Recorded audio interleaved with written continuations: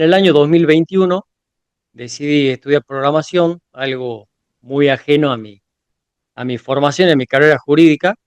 Ahí aprendí algunos lenguajes de programación, lo que me permitió en ese momento aprender a crear aplicaciones, crear páginas web. Después, en el 2023, hice un workshop sobre inteligencia artificial y derecho con el doctor David Mielnik. Allí, bueno, nos enseñó a utilizar otro lenguaje de programación, Python, para la búsqueda de jurisprudencia de manera automatizada. Y bueno, ese fue mi primer contacto en lo que le podemos llamar la intersección del derecho y la tecnología.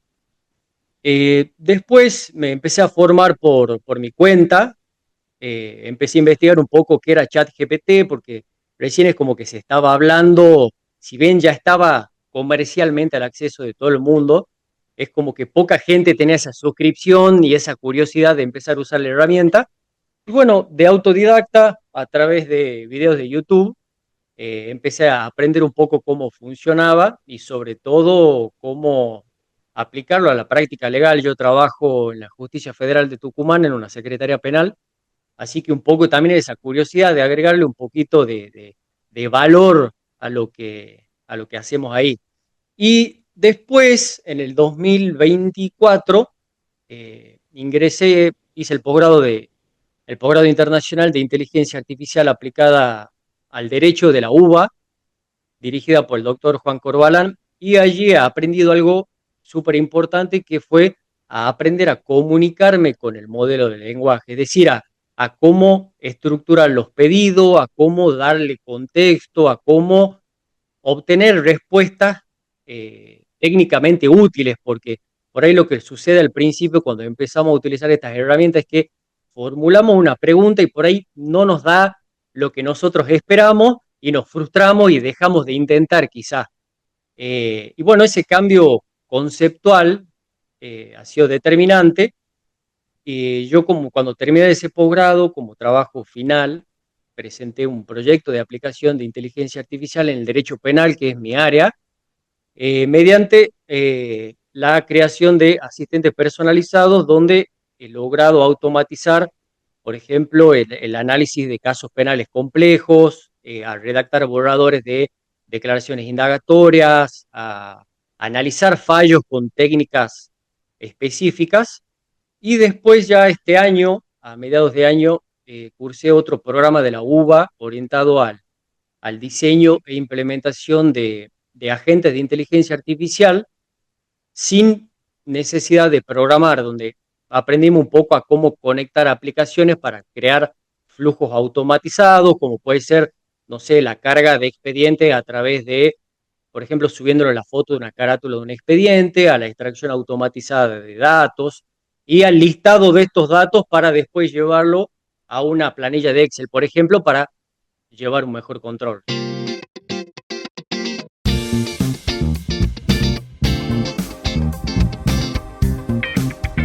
En primer lugar, creo yo que es aceptar que la inteligencia artificial ha llegado para quedarse y que ya forma parte del ejercicio profesional. Y lo segundo es la formación y la práctica constante.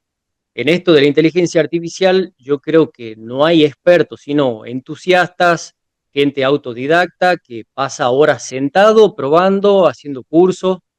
eh, y bueno, por ejemplo, en mi caso personal, yo nunca he tenido facilidad para la informática, por lo que considero que no existe un límite de edad o de capacidades técnicas para aprender a manejar esta herramienta. Es una cuestión de constancia, con constancia todo se puede.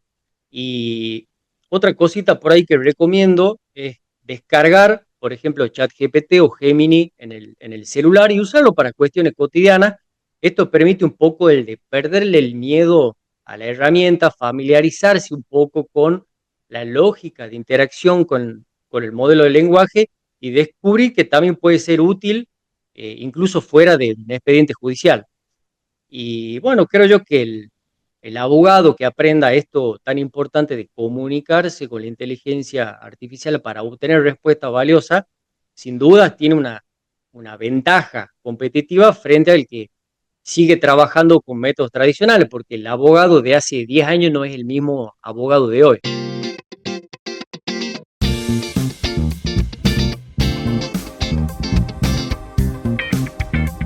Yo creo que la diferencia está en la calidad del diálogo que tenemos con el modelo de lenguaje, es decir, no alcanza con pedir una respuesta, hay que aprender a comunicarse, a aplicar técnicas y métodos de prompting.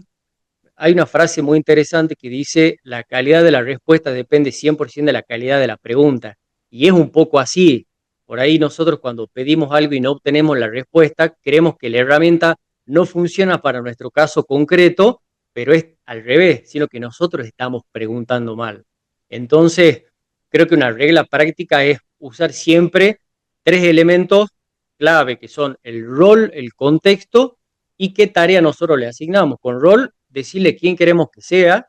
El contexto es brindarle la mayor información del caso que nosotros vamos a consultar o a pedir información o lo que fuera. Y la tarea concreta, decirle, yo quiero que hagas esto. Si el modelo no sabe quién debe ser ni de qué se trata el caso, difícilmente dé una respuesta útil. Para lo cual existen dos enfoques importantes que por ahí los abogados tardan en descubrir, que son los conceptos de metaprompts. ¿Qué significa esto? No usar la inteligencia artificial solo para obtener respuestas, sino también para diseñar la propia pregunta. Es pedirle que escriba el prompt que después vamos a utilizar con ella. Es como decirle, ayúdame a decirte bien lo que necesito. Por ejemplo, redacta un super prompt para que un relator de un juzgado federal argentino pueda analizar y valorar tres jurisprudencias sobre evasión tributaria agravada y evaluar si los fundamentos allí vertidos son aplicables a mi caso, que consiste en, y ahí le damos los detalles del caso. El otro concepto interesante es el de el ciclo de autorreflexión. ¿Qué significa esto? La respuesta de la inteligencia artificial se convierte en insumo para que la propia inteligencia artificial la critique y la mejore. Funciona como un borrador de rondas sucesivas. ¿Cómo sería esto? Un ejemplo, para un fiscal federal, por ejemplo, pedir un esquema de acusación preliminar por el delito de asociación ilícita tributaria sobre un determinado caso. Luego, con esa respuesta, le redacto el siguiente prompt. Ahora revisa tu propio esquema como si fueras un fiscal federal con 35 años de experiencia, señala debilidades argumentales y propone mejoras. Es decir, utilizamos como insumo la misma respuesta de la inteligencia artificial y le decimos que la mejore.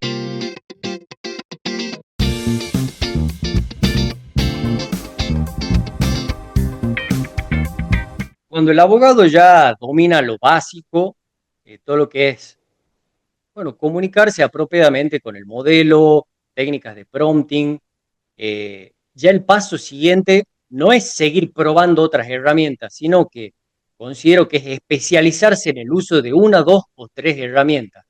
Por ejemplo, en ChatGPT tenemos los famosos GPT personalizados, que son una versión específica de ChatGPT diseñada para cumplir un rol definido. En lugar de, digamos, de pedirle de todo un poco, tiene un objetivo concreto, instrucciones permanentes y puede apoyarse en documentación que nosotros le subimos. Entonces, el resultado es que actúa como un asistente especializado y constante sin necesidad de explicarle cada vez qué es lo que tiene que hacer.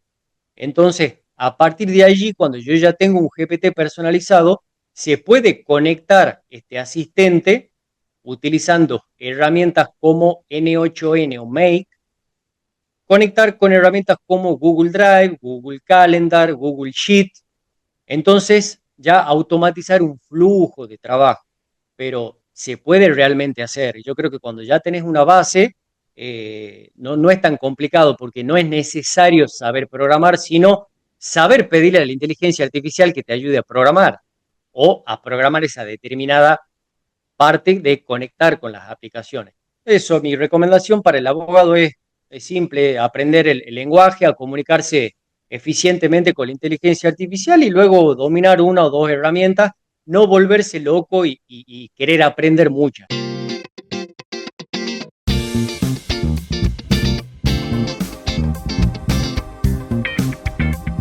primer lugar, creo que, bueno, un poco relacionado a la primera pregunta, de primero aceptar que esto ya está presente en nosotros, eh, estudiar, capacitarse, también ser autodidacta.